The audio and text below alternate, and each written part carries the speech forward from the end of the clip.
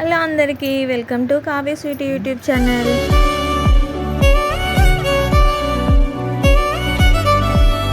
ముందుగా అందరికీ మహాశివరాత్రి శుభాకాంక్షలు.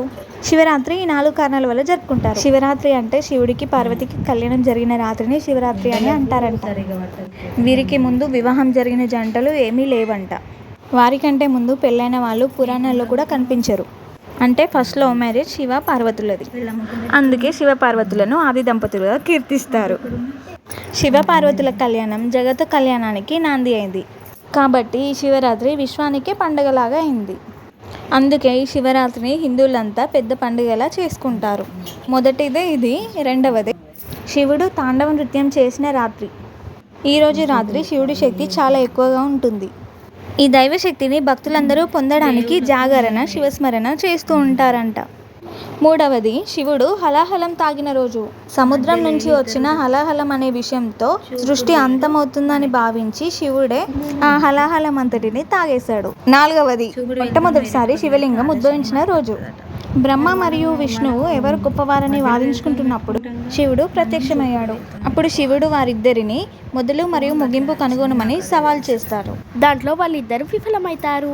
ఈ సంఘటన మహాశివరాత్రి రోజు స్మరిస్తారు. ఈ 4 కారణాల వల్ల మహాశివరాత్రి జరుపుకుంటారు.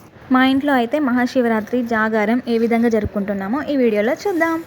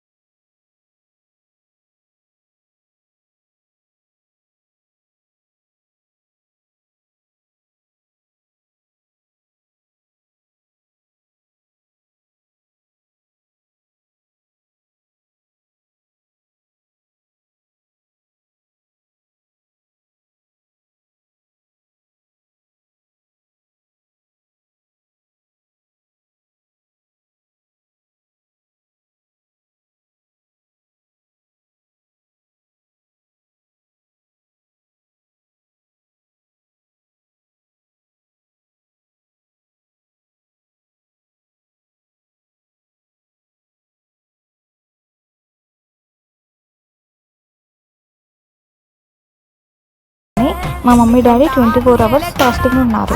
వద్దిపోచమ్మకి బోనం చేసి మమ్మీ డాడీ కూడా 24 అవర్స్ ఫాస్టింగ్ ఉన్నారు కదా, వాళ్ళిద్దరికి కూడా వేసి దేవుడికి మొక్కి కొబ్బరికాయ కొట్టిన తర్వాత వాళ్ళిద్దరూ తింటారు అన్నం. వీడియో మొత్తం చూశారు కదా, మీకు నచ్చితే లైక్ చేయండి. మీకు ఎలా అనిపించిందో కామెంట్ చేయండి. మీరు ఫస్ట్ టైం కనుక నా వీడియో చూస్తే సబ్స్క్రైబ్ కూడా చేసుకోండి. మీ ఇంట్లో కూడా ఎలా చేసుకుంటారో కామెంట్ చేయండి. ఓకే, బాయ్ అందరికీ. Thanks for watching.